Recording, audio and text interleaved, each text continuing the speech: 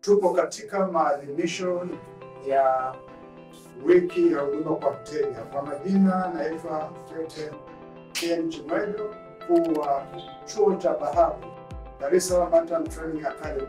Karibuni katika maadhimisho ya wiki ya huduma kwa mteja hapa DMTA. DMTA kina usajili kutoka katika mamlaka zinazosimamia usajili kama BRELA, Active.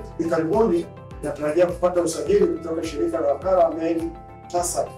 Wateja wetu ambao tunawahudumia hasa ni wanafunzi wanaokuja kupata mafunzo hapa chuoni, wazazi wa wanafunzi, wadau katika sekta ya usafiri, wahamiaji wa baharini, pamoja na usafirishaji wa mizigo, pamoja na wananchi kwa ujumla. Huduma zetu tunazozitoa, moja ni kutoa mafunzo kwa vijana wa Tanzania katika kupata umahiri na weledi ili wapate kufanya kazi za baharini kwa viwango.